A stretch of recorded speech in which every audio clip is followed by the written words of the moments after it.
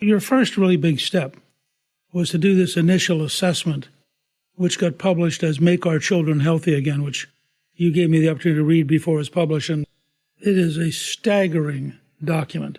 And the scale of the health crisis for young people is so much greater than I knew.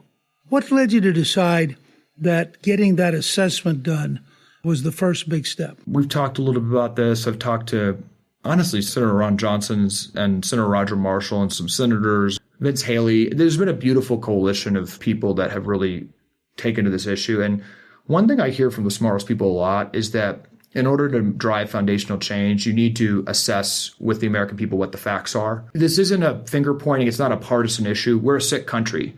Kids are sick. It's not because, as Democrats argue, that we're not spending enough on healthcare. We've got some foundational issues in our country where our cells are being poisoned. Clearly, there's something wrong. And I think a lot of voters and Americans are starting to understand that, and they're frustrated. And I think that frustration has been positively channeled into this MAHA movement that led millions of moms, independents, young people to vote for the Republicans and vote for President Trump for the first time. And I think we're still in this phase where we need to have the baseline conversation about what's happening.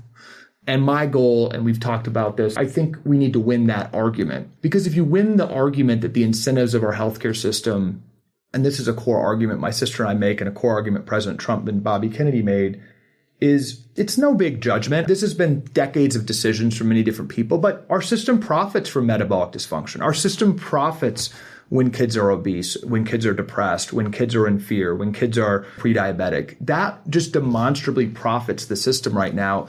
So we need to create this baseline of a conversation that there's a problem. And then I personally think that Republicans and that President Trump, we're going to have better solutions. But let's debate the solutions then.